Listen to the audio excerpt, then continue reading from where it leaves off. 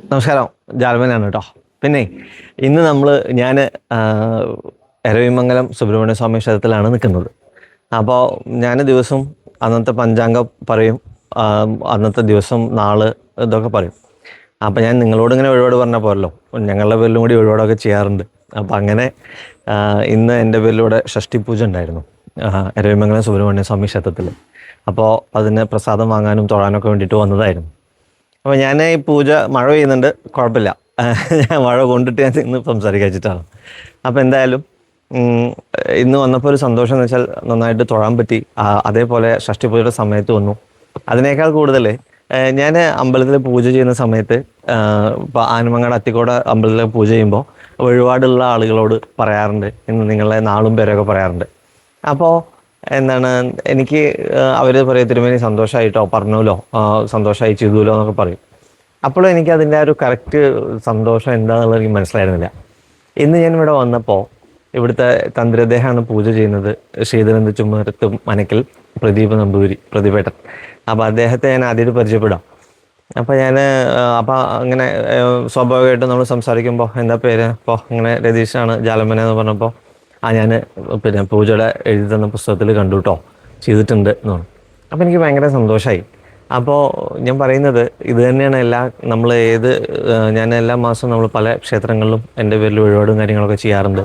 അപ്പോൾ അവിടെയൊക്കെ ഞാൻ പലപ്പോഴും ജനങ്ങൾ എന്നോട് ചോദിക്കുമ്പോൾ പറയും, അവിടെ ചെയ്തു കഴിഞ്ഞാൽ, അവിടെ ഏൽപ്പിച്ചു കഴിഞ്ഞാൽ അവർ ചെയ്യുമോ അങ്ങനെയൊക്കെ. അപ്പോൾ പിന്നെ തീർച്ചയായിട്ടും, അല്ലെങ്കിൽ നമ്മൾ ഏൽപ്പിക്കുക എന്നുള്ളൊരു ഉത്തരവാദിത്വം നമ്മളുള്ളൂ. വഴിപാട് ചെയ്യുക എന്നുള്ളത് ആ ഒരു മേൽശാന്തി അല്ലെങ്കിൽ തന്ത്രി അവർക്ക് ആ ഭഗവാൻ കൊടുത്തിട്ടുള്ളൊരു കർത്തവ്യമാണ്. അപ്പോൾ അത് അവരുടെ കർമ്മം അവർ നന്നായിട്ട് ചെയ്യുമ്പോൾ നമുക്കതിൻ്റെ ഗുണം കിട്ടും. ചെയ്തില്ലേ നമ്മൾ നോക്കണ്ട എന്നൊക്കെ ഞാൻ പറയാറുണ്ട്. പക്ഷേ ഇന്ന് അദ്ദേഹത്തെ നമ്മളോട് പറഞ്ഞപ്പോൾ എനിക്ക് ഭയങ്കര സന്തോഷമായി. അപ്പോൾ അതേപോലെ തന്നെ ഇവിടുത്തെ മേൽശാന്തി പാലുളിമന അദ്ദേഹം കൃഷ്ണപുരി, അദ്ദേഹം 40-40 വർഷമായി എന്നുള്ളതാണ് എൻ്റെ അറിവ് ഇവിടെ. അപ്പോൾ ഇതുപോലത്തെ ഒരു സുബ്രഹ്മണ്യ സ്വാമി ക്ഷേത്രത്തിൽ ഇത്രയും ഗംഭീരമായിട്ട് നടക്കണം കാര്യങ്ങൾ, അല്ലെങ്കിൽ ഇത്രയും വർഷം ഇവിടെ പൂജ ചെയ്യുക എന്നുള്ളൊരു ചെറിയ കാര്യമില്ല.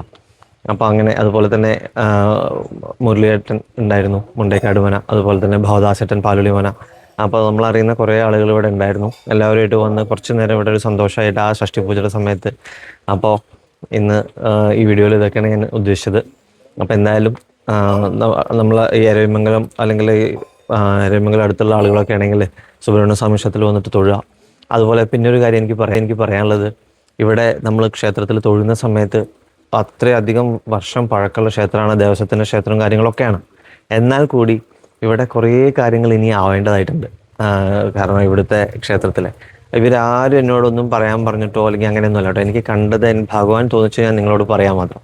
അപ്പോൾ നമ്മളിവിടെ വന്ന് നമ്മളാൽ കഴിയുന്ന കാര്യങ്ങൾ ഇവിടെ ഈ ക്ഷേത്രത്തിലേക്ക് നമ്മൾ ചെയ്യുമ്പോൾ ആ ക്ഷേത്രം അതിൻ്റെതായിട്ടുള്ള ആ പരിപാവനത, പവിത്രത നിലനിർത്തേണ്ടത് നമ്മളുടെയൊക്കെ ഉത്തരവാദിത്വമാണ്. അപ്പോൾ നമ്മളാൽ കഴിയുന്ന കാര്യങ്ങൾ ഇവിടെ ക്ഷേത്രത്തിൽ നമ്മൾ ചെയ്തു കഴിഞ്ഞാൽ അത് നമ്മളുടെ നാടിനും നാട്ടുകാർക്കൊക്കെ ഒരു നന്മയാവും.